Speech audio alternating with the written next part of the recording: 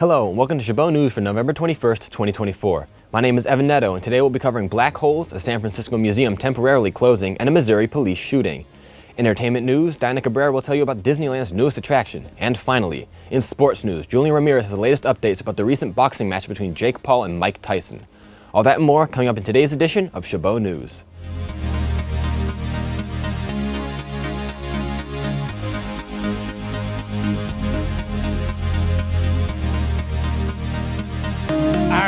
Gather around, ye scallywags, and lend an ear.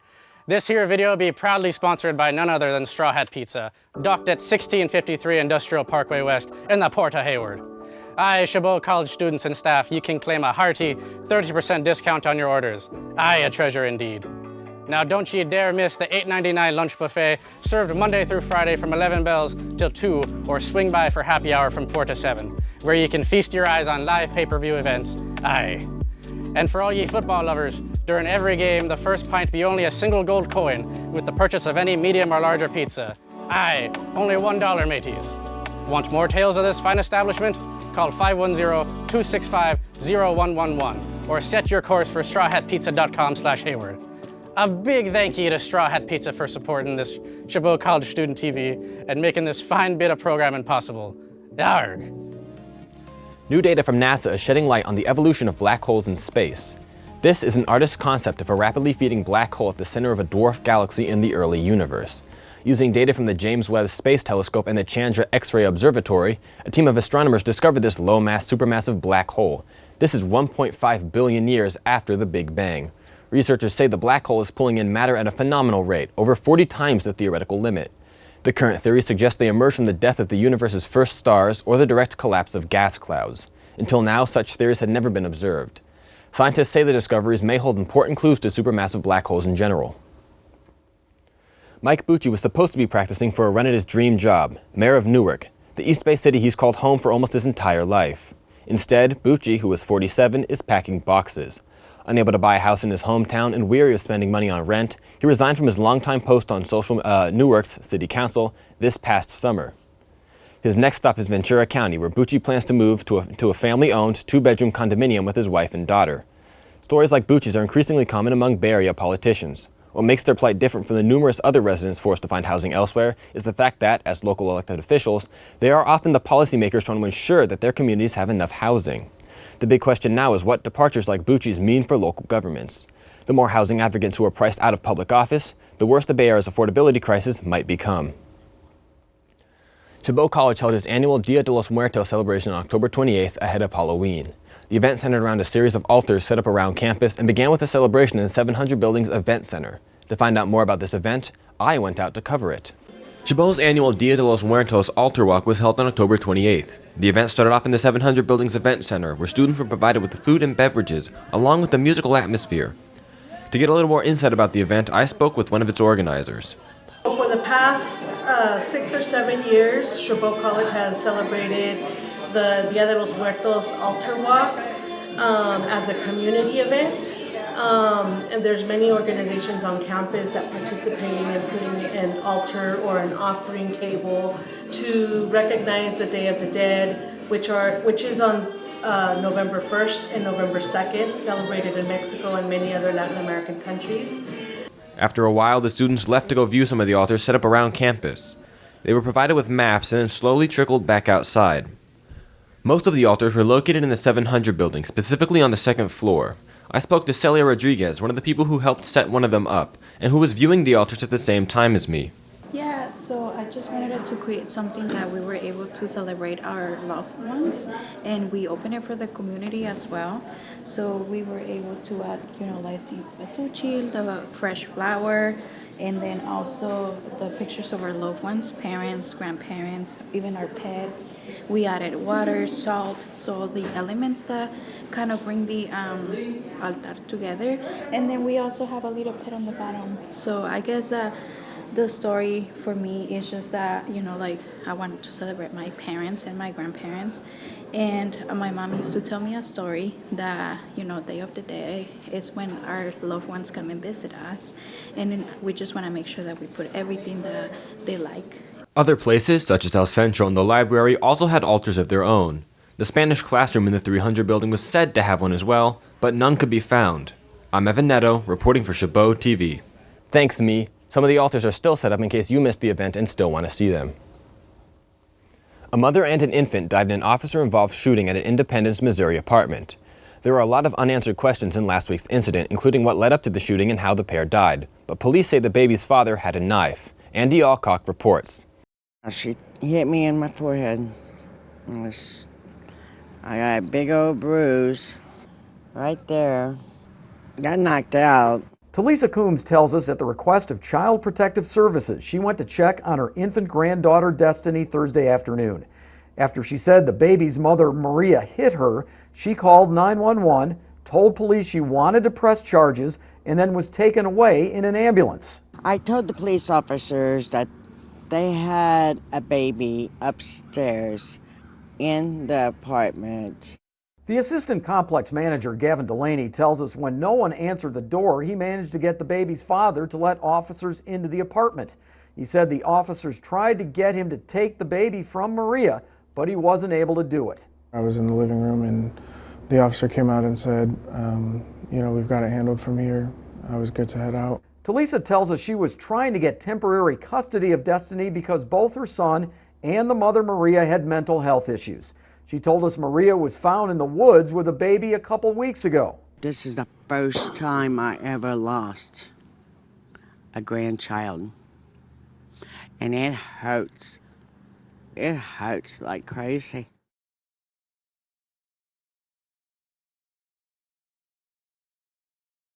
Thanks, Andy. A GoFundMe campaign has been set up to raise $7,000 for the infant's funeral expenses. Our reporter, Christian Gonzalez, asked students whether they feel if violent crime has been increasing here in the Bay Area. I would say I think violent crime has gone up in the Bay Area.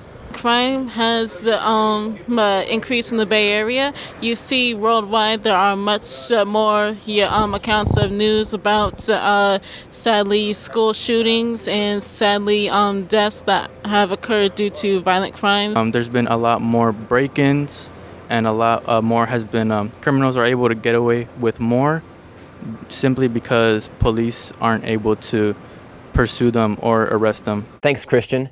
Now it's time for sports news with Julian Ramirez. Thanks, Evan. Social media influencer, now professional boxer, Jake Paul defeated former heavyweight champion Mike Tyson by unanimous decision. The highly anticipated boxing match between the 27-year-old and 58-year-old took place at AT&T Stadium in Arlington, Texas. The opening round of the fight were tame until Tyson came out aggressively in the third round. However, Paul controlled most of the fight against Tyson, who started to show signs of fatigue.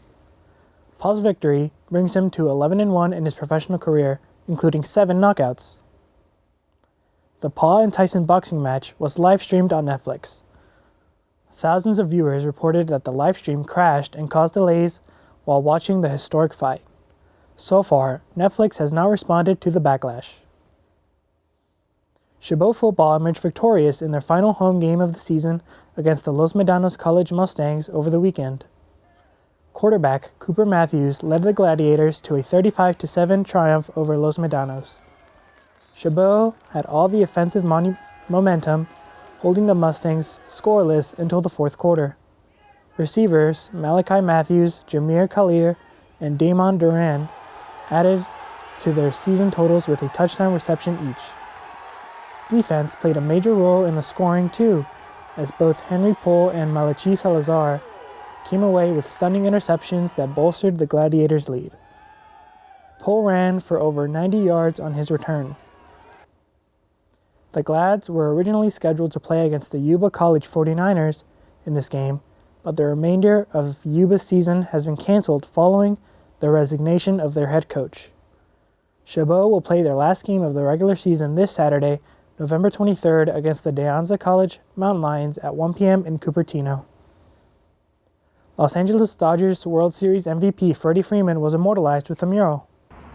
The artwork shows the first baseman immediately after he hit the walk-off grand slam in Game 1 of the 2024 World Series. Gustavo Cermeño Jr. made this mural, which is located on the 113th corner street of Hawthorne, California. He's previously done tributes to Shohei Ohtani and Kike Hernandez. 35-year-old Freeman made his major league debut in 2010 with the Atlanta Braves. That's all for this week's look at sports news. Now back to you, Evan. Thanks, Julian. The Contemporary Jewish Museum plans to close for a full year while the organization stabilizes its finances and revises its operating model. The downtown San Francisco galleries at 736 Mission Street will be open until December 15th. According to Carrie King, the museum's executive director, there will be a phased reduction in staff across all departments over the next several months. Among the troubles faced by the museum are a 50% drop in attendance since reopening in 2021 after the COVID-19 pandemic shut down, and an additional decrease in foot traffic of 5% this year. Income has also fallen by 50%. The museum will still be available for venue rentals, which is a critical source of income. Among the museum's immediate priorities is the closure of its current exhibitions. Among them are the California Jewish Open, Nikki Green Firmament, and Looted. Educational programs will also be put on hold for the next year. This will result in reduced staffings, going from 30 employees to 11 by March. During the museum's year-long closure, the museum will be able to cut its budget roughly in half, from $7.1 million to $3.2 million. The museum has not ruled out selling the building. Supervisor Matt Dorsey, whose district includes the museum, commended King for her actions. A 4-year-old was involved in a police pursuit in Hayward. California Highway Patrol arrested a 24-year-old mother on DUI charges after she led the police in a high-speed chase on the night of Wednesday, November 6th. They tried to stop the driver while she was traveling at over 90 miles per hour when she attempted to flee. The pursuit took place on I-880 South in Hayward, north of the I-238 junction. The driver exited the freeway and attempted to escape on foot with her 4-year-old child, who was also in the car during the chase. Once apprehended, she was found to have a blood alcohol level of nearly 0.16%, which is twice the legal limit to operate a vehicle.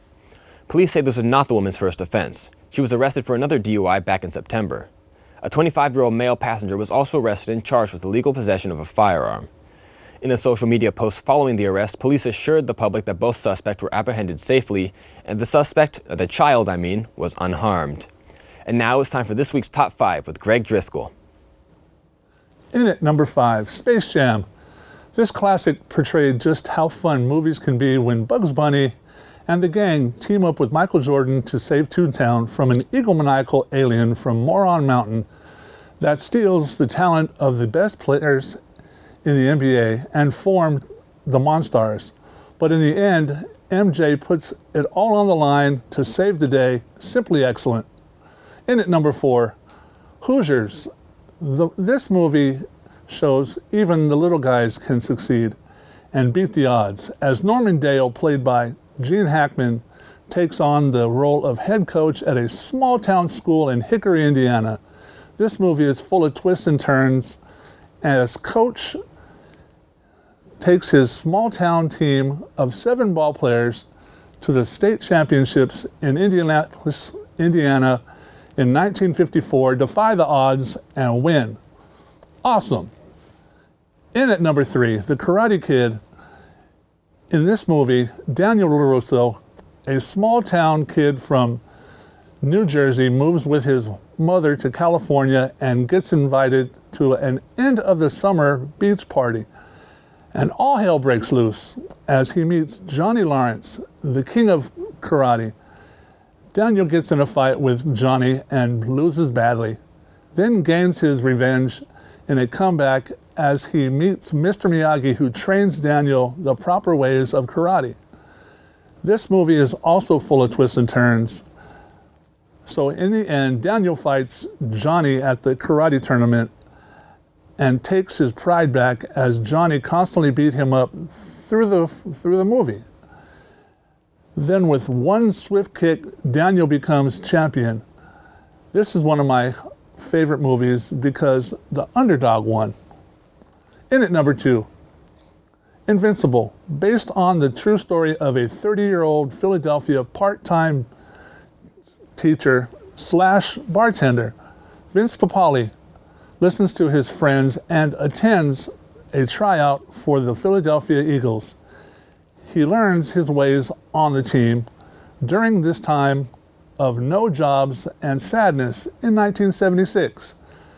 This movie stars Mark Wahlberg and is a fun, true story for the football lover in everyone. Nicely done.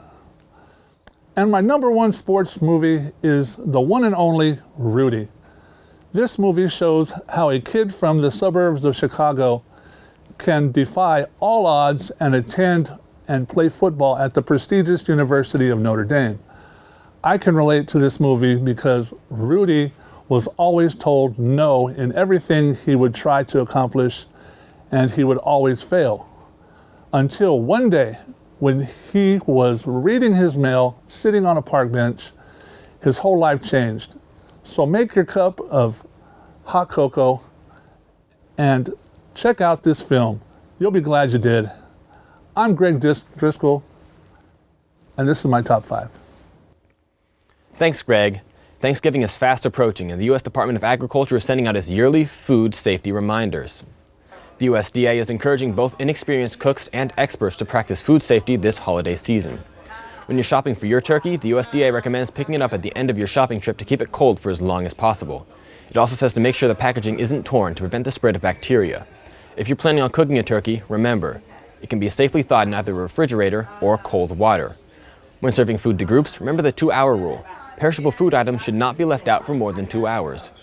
The USDA says the food would become unsafe due to bacterial growth and would need to be discarded. If you have food safety questions ahead of planning your feast, you can call the USDA Meat and Poultry Hotline. Hayward police are asking the public for tips regarding a hit and run that took place in October. The Hayward Police Department is seeking help identifying the suspect of a hit and run that took place in Hayward at the intersections of Harder and Soto Road on the night of October 30th. Police identified the car as a black Dodge Charger. The driver of the vehicle struck a pedestrian and fled the scene, leaving the victim in critical condition. The victim is still currently hospitalized, and the driver of the vehicle remains unidentified. Hayward PD took to social media this week to get community support on the case. They provided a picture of a vehicle similar to the one involved in the hit and run, as well as a QR code to provide tips, videos, or pictures of the accident. The Hayward Police Department is asking anyone with information to scan the QR code provided or call their information line at 510-293-7000. Any information or evidence can be submitted anonymously. We sent our reporter, India Richardson, out to ask students about hit and run accidents in Hayward. Oh, man. I think it's good that it's illegal, that hit and runs is totally illegal. I'm not sure what the criminal penalties for it is, but I think it's a really bad situation. Hit and runs are not cool. But I'm running. I can't afford that. I don't make enough money, so if I hit your car, I'm sorry. Thanks, India. Now it's time for entertainment news with Tiana Cabrera. Thanks, Evan. The newest attraction at Disneyland in Southern California is ready to make a splash, but in a very new, different way. Tiana's Bayou Adventure is open to the public on Friday, November 15th of this year. The flume ride is inspired by the iconic movie Princess and the Frog. It had replaced Splash Mountain, which closed in May of 2023. For now, visitors can only ride the attraction by joining a free virtual queue on the day of the visit, the park, or by purchasing a Lightning Lane access. And yes, visitors should also be prepared to get wet while taking a ride with Tiana and Luis in search of a new band to play the newly opened Tiana's Food. The beloved actor Dave Coulier, best known for his role as Joey Gladstone on the family sitcom Full House, is battling an aggressive form of cancer. Dave Coulier had come out and said he was diagnosed with stage 3 Hodgkin lymphoma last month. Doctors discovered the cancer after an upper respiratory infection caused his lymph nodes to swell. Coulier said he started chemotherapy immediately and is sharing his story to inspire others to get tested early. In spite of it all, he said he has a lot to look forward to and is preparing to welcome a new grandson in March. To all you wrestling fans and out there searching for more wrestling matches to attend, you're in luck. Oasis Pro is located in Berkeley. It's a professional wrestling dojo. The company is gearing up to celebrate its 2nd anniversary and will be having a show on November 30th at the Gilman Brewing Company. Doors will open at 6:30 and the first match of the night will begin at 7 p.m. Reporter Jasmine Bester and Cole Wagner captured footage from their practice session. Take it away from here. Oasis Pro Wrestling Gym has been up and running for the past 2 years. The Oasis crew is preparing for their 2nd anniversary special.